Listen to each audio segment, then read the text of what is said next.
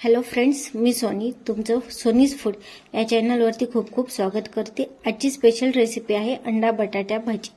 त्यासाठी आपण 4 अंडी घेतलेली आहेत आणि 2 पोटॅटो घेतलेले आहेत, त्याची साल काढून घेतलेली आहे। आता आपण ते छान शिजवायला ठेवणार आहोत। हे शिजेपर्यंत आपण आता कढीची तयारी करणार आहोत।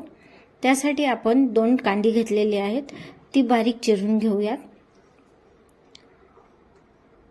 अंड्यांमध्ये भरपूर प्रमाणात प्रोटीन्स असते। ज्यांना वेट लॉस करायचा आहे ते पिवळं काढून पांढरा भाग खातात। आता आपण एक टोमॅटो चिरून घेतलेला आहे, लसूण, अद्रक आणि खोबरं यांची प्युरी करून घेणार आहोत। जर तुम्हाला सर्दी असेल तर तुम्ही बॉईल झालेले अंडी देखील खाऊ शकता। आता पाहूयात आपली अंडी आणि पोटॅटो शिजलेली आहेत की नाही। आता छानपैकी शिजलेली आहेत, तर आता आपण पाणी काढून घेणार आहोत आणि थंड पाण्यात ठेवणार आहोत। तुम्ही या पद्धतीने देखील साल काढून घेऊ शकता किंवा फोडूनही घेऊ शकता।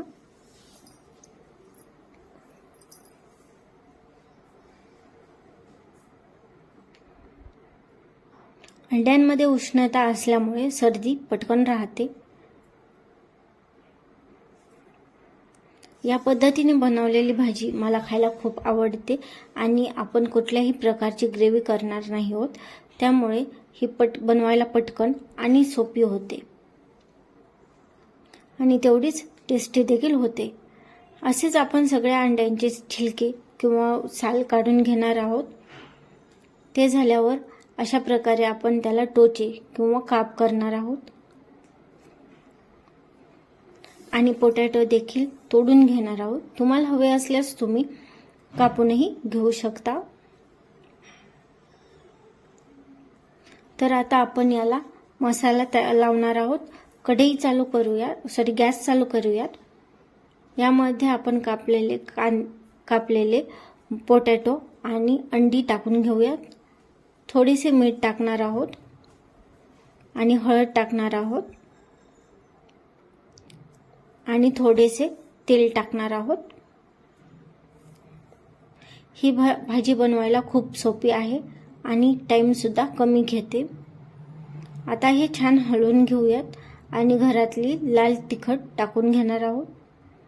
आपल्या भाज्या सगळ्या खूप सोप्या असतात आणि घरातलं जे सामान असतं तेच त्यामध्ये आपण चविष्ट भाजी बनवतो। आता थोडंसं लाल तिखट टाकणार आहोत।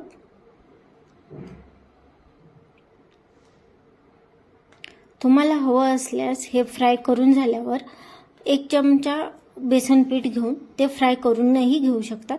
आपण त्याच कढईमध्ये 1 पळीभर तेल टाकून घेऊयात। तेल तापून देऊयात। तेल तापल्यावर दालचिनी, लवंग आणि काळे मिरे आणि साल टाकून घेणार आहोत।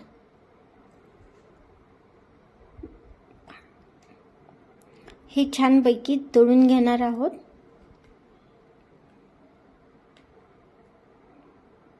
यामध्ये आपण कापलेला कांदा टाकणार आहोत। कांदा छान लाल होऊन देणार आहोत। कांदा लाल झाल्यावर आपण बनवलेली प्युरी म्हणजेच अद्रक, लसूण आणि खोबरं यांची प्युरी चांगली तळून घेणार आहोत। याचा कच्चापणा जाईपर्यंत तळून घेणार आहोत आणि मग चिरलेला टोमॅटो टाकणार आहोत। टोमॅटो देखील छान फ्राय करून घेऊयात। टोमॅटो पटकन गाळ होण्यासाठी आपण थोडेसे मीठ देखील टाकून घेणार आहोत। तुम्हाला हवे असल्यास तुम्ही या स्टेजला मिक्सरमधून देखील काढून घेऊ शकता।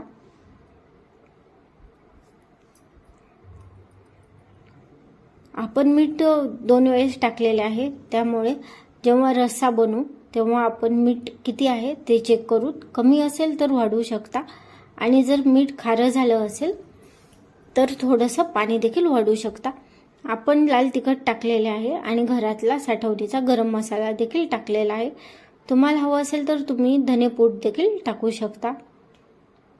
हे छान हलवून घेऊयात आणि गरम पाणी टाकणार आहोत। सोनीज फूड या चॅनलवरती कमीत कमी तेलाचा वापर केला जातो, त्यामुळे तर्री किंवा कट येण्यासाठी आपण गरम पाणी वापर करतो। कोणत्याही भाजीला गरम पाणी टाकल्यास एक छान चव येते। हे छान हलवून घेणार आहोत आणि 3 ते 4 मिनिटासाठी झाकून ठेवणार आहोत.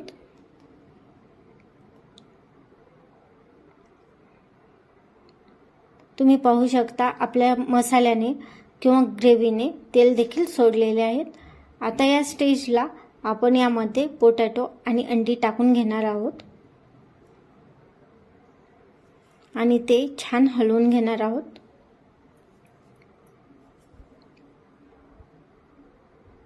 हलवून झाल्याच्या नंतर आपण गरम पाणी टाकून घेणार आहोत. तुम्हाला जेवढे हवे रस्सा हवा तेवढं पाणी टाकून घेऊ शकता. मी इथे 1 ग्लासभर पाणी टाकलेले आहे. या पद्धतीने एकदा बनवून पहा. खायला खूप छान आणि टेस्टी देखील लागते आणि पटकन झटपट होणारी ही रेसिपी आहे.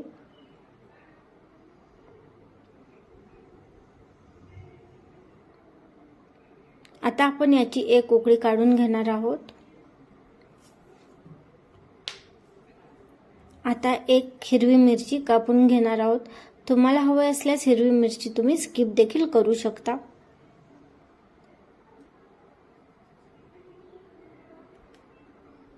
हिरवी मिरची टाकल्यानंतर कढई व्यवस्थित झाकून घ्यावी जेणेकरून एक फ्लेवर भाजीमध्ये येतो. हिरवी मिरची आणि कोथिंबीर टाकणार आहोत आणि ह्या स्टेजला 2 ते 3 मिनिट झाकून ठेवल्यास एक छान फ्लेवर येतो. आपली भाजी खाण्यासाठी आता तयार आहे.